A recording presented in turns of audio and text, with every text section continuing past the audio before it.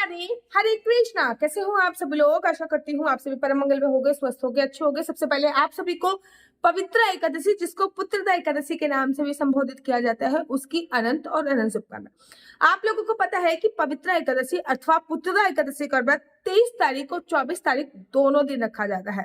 लेकिन एकादशी का व्रत तब तक संपूर्ण नहीं होता जब तक हम सही समय पे व्रत का पारण नहीं कर लेते। व्रत पारण क्या होता है? व्रत पारण होता है व्रत को सही समय पे खोलना ही व्रत का पारण कहलाता है।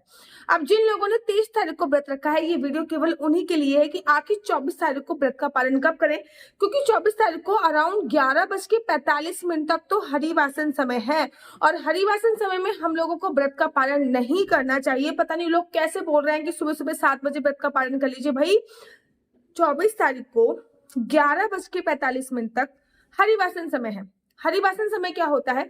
हरिवासन समय होता है द्वादशी की 1/4 अवधि को हरिवासन समय बोलते हैं। तो द्वादशी हरिवासन समय है, तो ऐसे में हम लोग व्रत का पारण 11:45 से पहले किसी भी कीमत पर नहीं कर सकते हैं।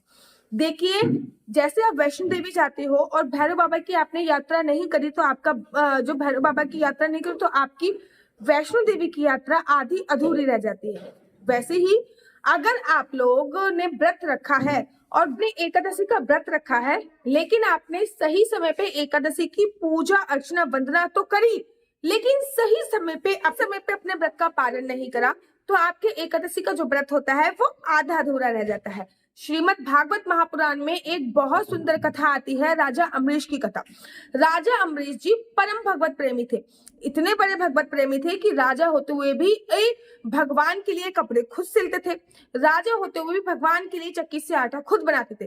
पहले जमाने में तो वो चक्की होती नहीं थी कि आपने गेहूं डाला आटा निकल गया। पहले जमाने में हाथ से आटा पीसना पड़ता था और भगवान भी उनके इतने अधीन थे कि जब राजा अम्बरीश जी भगवान के लिए चक्की से आटा पीस रहे होते थे तो भगवान अपनी पीताम्बरी से उनको हवा कर रहे होते थे। ऐसे परम भगवत प्रेमी थे राजा अम्बरीश जी।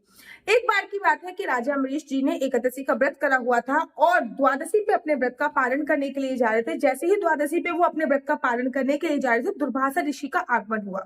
हमारे शास्त्रों में ऐसा वर्णन आया है कि जब हम कोई भी व्रत रखते हैं और उसके अगले दिन जब हम व्रत का पारण करने के लिए जाते हैं, तो किसी साधु संत महात्मा का आगमन, हमारे मान्यों का आगमन और हमारे मान्यों का आगमन होता है तो बहुत ही अच्छा माना जाता है। हमारे व्रत का हमारा 1000 गुना फल मिलता है।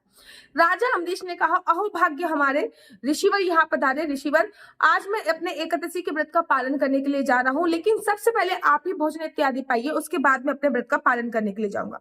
दुर्वासा ऋषि ने कहा कि मैं बहुत लंबी यात्रा करके आ रहा हूँ, पहले मैं स्नान करूंगा, उसके बाद मैं भोजन इत्यादि ग्रहण करूंगा। अब दुर्वासा ऋषि स्नान करने के लिए चले गए तो राजा अम्बरीश ने देखा कि द्वादशी तिथि क्षीण होने वाली है, अर्थात द्वादशी तिथि खत्म होने वाली है। और शास्त्रों में ऐसा वर्णन आया है कि अगर आपने एकादशी का व्रत किया है विदाउट द्वादशी युक्त, जो कि द्वादशी युक्त नहीं है, तो आपको एनी हाउ द्वादशी पर हरिवासन समय निकलने के बाद अपने व्रत का पालन करना चाहिए।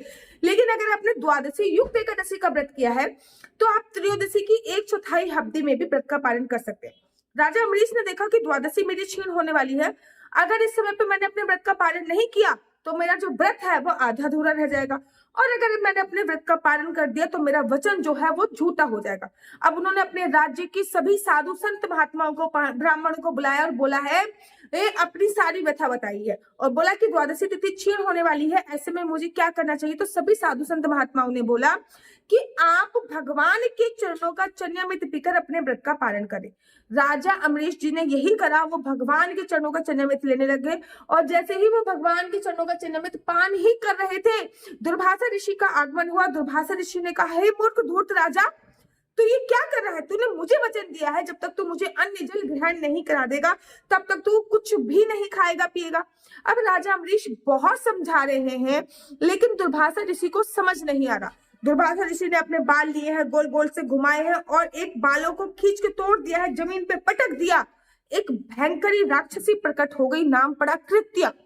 कृत्य राजा अम्बरीश को खाने के लिए दौड़ी। महाराज, भगवान का सुदर्शन चक्र प्रकट हो गया। भगवान के सुदर्शन चक्र ने उस राक्षसी के, उस कृत्या के टुकड़े टुकड़े कर दिए। अब तो वो सुदर्शन चक्र सुदर्शन चक्र दुर्वासा ऋषि के आगे आगे, दुर्वासा ऋषि भाग रहे हैं, सुदर्शन चक्र पीछे भाग रहा है, दुर्वासा ऋषि भाग रहे हैं, सुदर्शन चक्र पीछे, दुर्वासा ऋषि आगे आगे भाग रहे हैं और सुदर्शन चक्र उनके पीछे पीछे भाग रहा है। दुर्वासा ऋषि भागते हुए ब्रह्मा जी के पास पहुंचे हैं और बोलते हैं, मुझे आपके 10 मानस पुत्रों में से एक बोला जाता है, कृपया सुदर्शन चक्र से मेरी रक्षा करो। ब्रह्मा जी बोलते हैं, बेशक आपको मेरे 10 मानस पुत्रों में से एक बोला जाता हो, लेकिन इस सुदर्शन चक्र से मैं आपकी रक्षा नहीं कर सकता महाराज। जिसका ये सुदर्शन चक्र है वही आपकी रक्षा कर सकता है। भागते भागते भगवान शिव के पास पहुंचे और बोलते हैं कि भगवान शिव, मुझे आपका अंश अवतार बोला जाता है, कृपया करके सुदर्शन चक्र से मेरी रक्षा कीजिए। भगवान शिव बोलते हैं कि बेशक आपको मेरा अंश अवतार बोला जाता है, लेकिन इस सुदर्शन चक्र से मैं आपकी रक्षा नहीं कर सकता महाराज। जिसका ये सुदर्शन चक्र है वही आपकी रक्षा कर सकता है। जागते जागते विष्णु लोक पर पहुंचे। विष्णु जी ने जैसे ही दुर्वासा ऋषि को बोला, अहो भाग्य हमारे दुर्वासा ऋषि यहाँ पे पधारे, ऋषिवर आइए, बैठिए, लड्डू पाइए, पानी पीजिए। दुर्वासा ऋषि हंसते बोलते हैं, मैं लड्डू भी खा लूंगा, पानी भी पी लूंगा, पर महाराज जी सुदर्शन चक्र शांत कीजिए।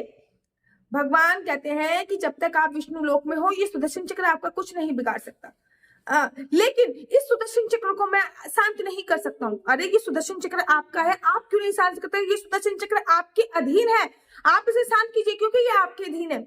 भगवान विष्णु बोलते हैं कि बेशक ये सुदर्शन चक्र मेरे अधीन है, लेकिन अहम भक्त पराधीनम, अर्थात मैं अपने भक्तों के अधीन हूँ। ये देखते हुए ये सुदर्शन चक्र केवल और केवल राजा अम्बरीश ही शांत कर सकते हैं।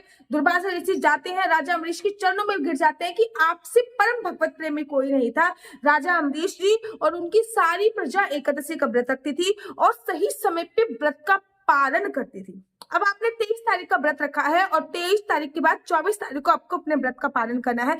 24 तारीख को सुबह सुबह 11:45 तक द्वादशी तिथि है और द्वादशी तिथि होने के साथ साथ, मतलब द्वादशी तो है ही है, द्वादशी का हरिवासन समय निकल रहा है और शास्त्रों में ऐसा वर्णन आया है कि हरिवासन समय में हम लोगों को अपने व्रत का पालन नहीं करना चाहिए। हरिवासन समय क्या होता है? हरिवासन समय द्वादशी की 1/4 अवधि होती है, जो प्रारंभ का काल होता है। उस समय पे पूजा अर्चना वंदना करनी चाहिए, व्रत का पालन नहीं करना चाहिए। हमें जो व्रत के पालन का सही समय मिल रहा है वो है 24 तारीख को 1:46 से लेकर 4:46 तक। अब बड़े सारी जगहों में ना कहीं 1:10 पे होगा, कहीं 1:20 पे होगा, वो ना स्थान के आधार पर टाइम 10-15 मिनट इधर उधर हो जाता है। तो जिन लोगों ने भी 23 तारीख को व्रत रखा है वो 24 तारीख को 1:46 से लेकर 4:46 तक अपने व्रत का पालन कीजिए। व्रत का पालन करने से पहले एक योग्य ब्राह्मण को घर पे बुलाइए। योग्य ब्राह्मण कौन होता है? जो कर्मकांडी ब्राह्मण होता है, जो शास्त्रों की नॉलेज रखता है, उसको योग्य ब्राह्मण कहते हैं। ऐसा नहीं है कोई ब्राह्मण आपके पड़ोस में रह रहा है, वो दारू पी रहा है और आप उसको बुला के पुजा रहे हो, ऐसा नहीं। कर्मकांडी ब्राह्मण, योग्य ब्राह्मण मैंने बोला।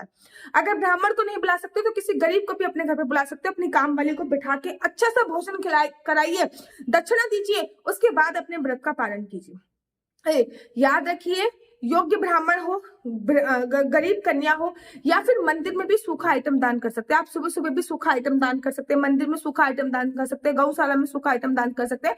उसके बाद आपको अपने व्रत का पालन करना है। एकादशी पे जो आपने संकल्प लिया था उस पैसे में, वो 1 आध रुपए लिया होगा ना, उस पैसे में और पैसे मिलाकर आपको किसी गरीब को दान कर देना है। उसके बाद द्वादशी तिथि पर देखो, द्वादशी तिथि पे एक समय जब हम व्रत का पालन करते हैं तब भोजन करते हैं, एक समय रात्रि में भोजन हो जाता है। इस प्रकार से द्वादशी तिथि पर हम 2 बार भोजन कर लेते हैं, ठीक है ना। वैसे द्वादशी तिथि पे एक ही बार भोजन किया जाता है, लेकिन एक बार भोजन हम तब कर लेते हैं जब हम अपने व्रत का पालन करते हैं। तो याद रखिए, द्वादशी तिथि इंपॉर्टेंट है। द्वादशी तिथि पे संभोग क्रिया नहीं करनी, संपूर्ण ब्रह्मचर्य का पालन करना है, किसी भी प्रकार की कोई काम वासना क्रीड़ा को अंजाम नहीं देना है। मेरा नंबर आपको नीचे स्क्रीन पे दिख रहा होगा। मेरा नंबर है 4 बार 9 20 25 65। आई रिपीट अगेन, 4 बार 9 20 25 65। आपका बच्चा जॉब करेगा या बिजनेस करेगा? बिजनेस करेगा तो किस फील्ड में बिजनेस करेगा? जॉब करेगा तो किस सेक्टर में जॉब करेगा? क्या है आपके बच्चे का लकी नंबर? क्या है आपके बच्चे का लकी कलर? क्या कुंडली में राजयोग है या नहीं? कुंडली में संतान प्राप्ति का योग है या नहीं?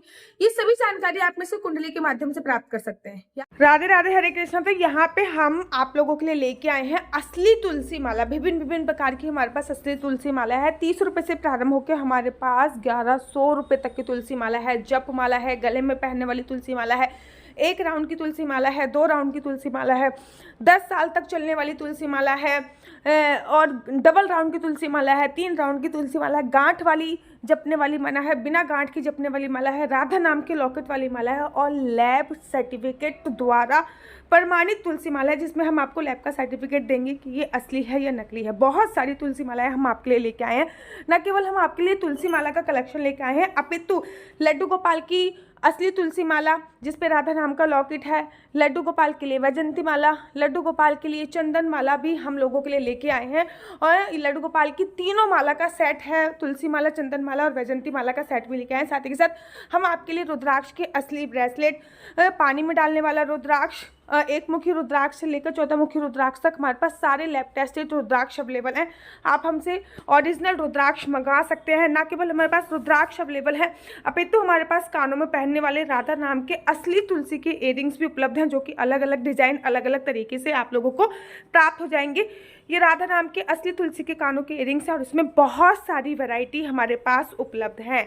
आप जल्दी से जो नीचे नंबर दिया गया है उस पर संपर्क करके अपनी चॉइस से कोई भी राधा नाम के इयरिंग्स अपने लिए ले सकते हैं। उनके प्राइस बहुत ही सस्ते हैं, 150 रुपये से फ्री हो 150 रुपये से स्टार्ट होकर मात्र 200 रुपये तक है। और ये है राधा रानी और भगवान श्री कृष्ण जी के चरण, जो आपको अपने मंदिर में जरूर और जरूर विभिन्न प्रकार की अलग अलग तुलसी मालाएं आप लोगों के लिए उपलब्ध है। 30 रुपये से प्रारंभ होकर 1300 रुपये तक की तुलसी मालाएं आप लोगों के लिए उपलब्ध है। हम आप लोगों के लिए लेके आए हैं श्री धाम वृंदावन की रज, 8 प्रकार की रज इसमें उपलब्ध है। न केवल एक सेवा कुंज की, निधि कुंज की, ललिता कुंड की, राधा कुंड की, कृष्ण कुंड की, निधि वन की, यमुना जी की, 8 जगह की ब्रज रज इसमें आपको उपलब्ध हो जाएगी। ऑर्डर जल्दी से जल्दी नीचे दिए गए नंबर पर करिए, हमारे पास लिमिटेड स्टॉक है। राधे राधे। याद रखिए, कुंडली देखना बिल्कुल भी फ्री नहीं है, कुंडली देखने के थोड़े से चार्जेस हैं। और इस नंबर पे मुझसे किसी भी प्रकार से कोई भी क्वेश्चन आंसर पूछने के लिए फोन मत कीजिएगा, क्योंकि ये नंबर केवल और केवल कुंडली दिखाने के लिए दिया हुआ है। अगर आपको मेरी वीडियो अच्छी लगती है तो आप अपना यूट्यूब चैनल हरि बोल को लाइक शेयर सब्सक्राइब करना बिल्कुल भी मत भूलिए। तब तक के लिए मुझे दीजिए इजाजत। राधे राधे, हरे कृष्णा, हरि बोल।